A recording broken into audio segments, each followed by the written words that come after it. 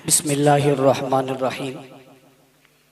वक्त चूँकि इंतहाई मुख्तसर है, अकाबिर यहाँ तशरीफ़ फरमा हैं और मुझ जैसे कम इल्म और कम उम्र इंसान उनके सामने कोई लंबी गुफ्तगू करे ये मुनासिब नहीं है। इसलिए मैं इस इजलास में तय होने वाले कुछ चीज़ों की तरफ आपकी तवज्जो दिलाऊंगा।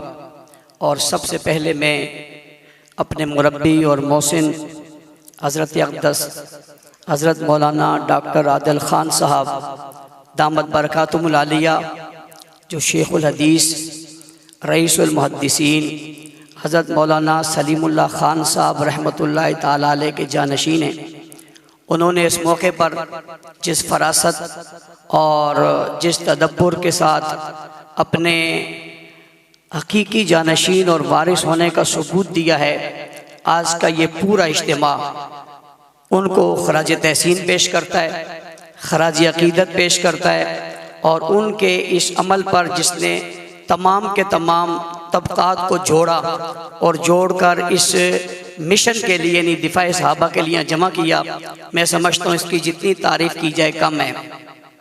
आज जो हम यहाँ पर बैठे हुए हैं ये उन्हीं की इस मोहब्बत की वजह से है। और फिर सिर्फ यही नहीं, उनके यहाँ इजलास के बाद जब ये गुस्ताखी हुई थी तो हम बहुत परेशान थे।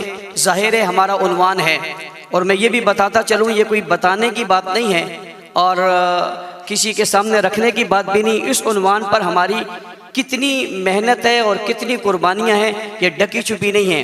अल्लाह की कसम अगर मैं उसका इजहार करने लग जाऊं तो शायद आप अपने जज्बात पर काबू न रख सके। मेरे कुर्ब जवार वाले नौजवानों के लाशें किस तरह गिरे, चार चार बच्चों के लाशें एक दिन में हमने कैसे पढ़े, मुश्किल वक्त में हम किस परेशानियों का शिकार हुए, हथकड़ियाँ और बेड़ियाँ हमें कैसे पहनाई गई।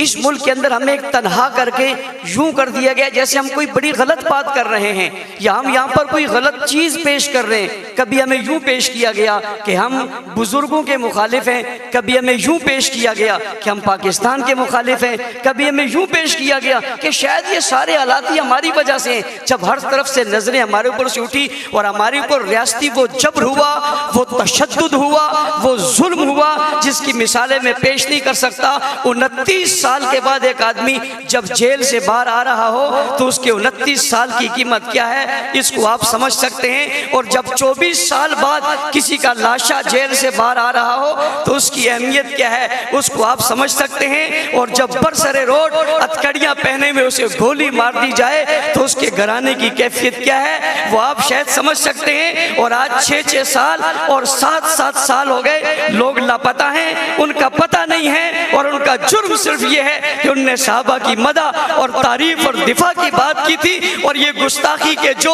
क्लिप आपको सुनाए गए हैं, अल्लाह की कसम ये बहुत कम है, बहुत कमजोर है, बड़ी कम बातें इतने शदीद थे। मैंने इन्हें मना किया ये सब मत दिखाओ, ये तो मैं बर्दाश्त नहीं कर सकता, ये कोई बर्दाश्त नहीं कर सकेगा। जज्बात काबू में नहीं रहेंगे।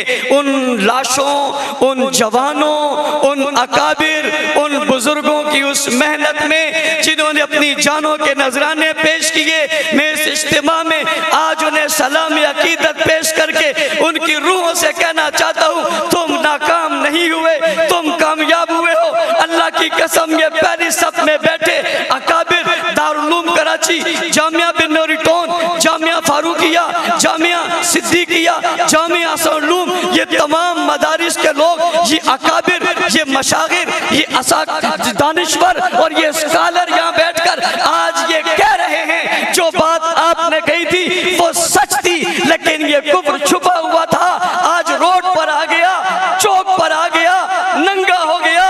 अल्लाह उसने मेरे प्यारे माविया जिसे रसूलुल्लाह ने दुआ देकर कहा था अल्लाहुम्मा जअलहु हादियन मादियन वादी भी, वो अबू सुफियान जिसे रसूलुल्लाह ने कहा था आज जिसके घर में जिसने बना ले ली उसको अमान है, वो अबू बकर सिद्दीक जिसने नबूवत को कंधों पे उठाया था, गार तक पहुंचाया था, अपनी झोली में सुलाया था, दौलत औलाद सब कुछ कुर्बान की थी, अपनी बेटी का रिश्ता दिया था। अल्लाह मजबूर है, हम बेबस हैं। अल्लाह की कसम इस मुल्क में आज उस शख्स की तकफीर की गई, रोड और चौक पर इन लोगों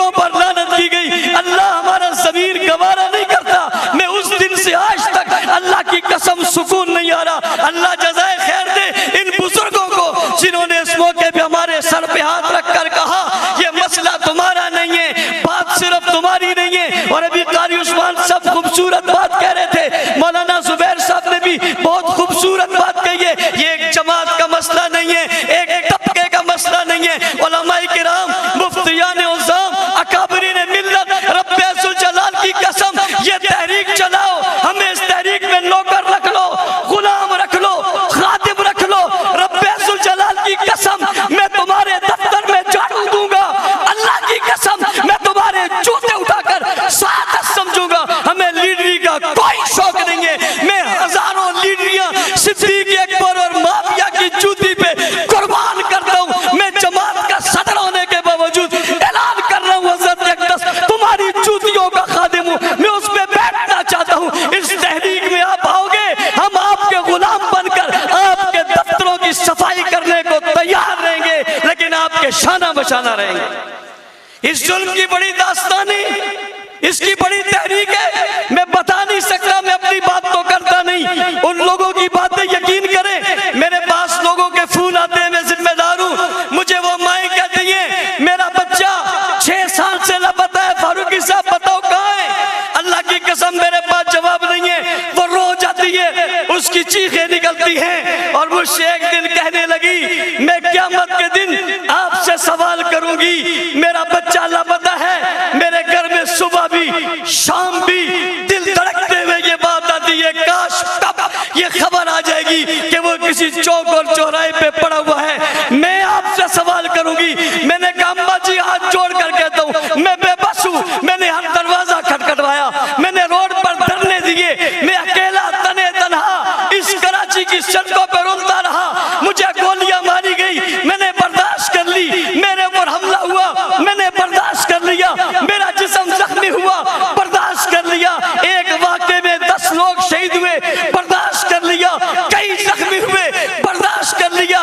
रब्बे ज़ुल जलाल की कसम, किसी ने अच्छा कहा तब, बुरा कहा तब। अल्लाह मुझे तकब्बुर, रियाकारी से बचाना, ये मेरी जिंदगी का सरमाया है, ये मैंने आखिरत के लिए रखा हुआ है। अल्लाह मैंने आज इन लोगों के सामने ये बात बता दी है, मुझे माफ करना, लेकिन अल्लाह मैं बता इसलिए रहा हूँ। अकाबिरीन मिल्लत, उलमाए किराम, आप मसाजिद के आइम्मा हैं। अल्लाह की कसम लोग आपके पास हैं, आपके मिंबर में आपसे सहाबा के तज़किरे जब कम हुए, अल्लाह की कसम ये कहा गया ये एक तबके का मसला है, एक जमात का मसला है। हज़रात सहाबा किराम, किसी जमात का मसला इसलिए नहीं हो सकता कि कुरान की 1126 आयतें इन मुकद्दस लोगों के बारे में नाज़िल हुई है। अहादीस मुबारका सित्ता की हर रिवायत इन सहाबा के बाद हुजूर तक पहुंची है। रब्बे ज़ुल जलाल की कसम, फिक़्ह और हदीस तमाम दीन का सरमाया इन पर खड़ा है।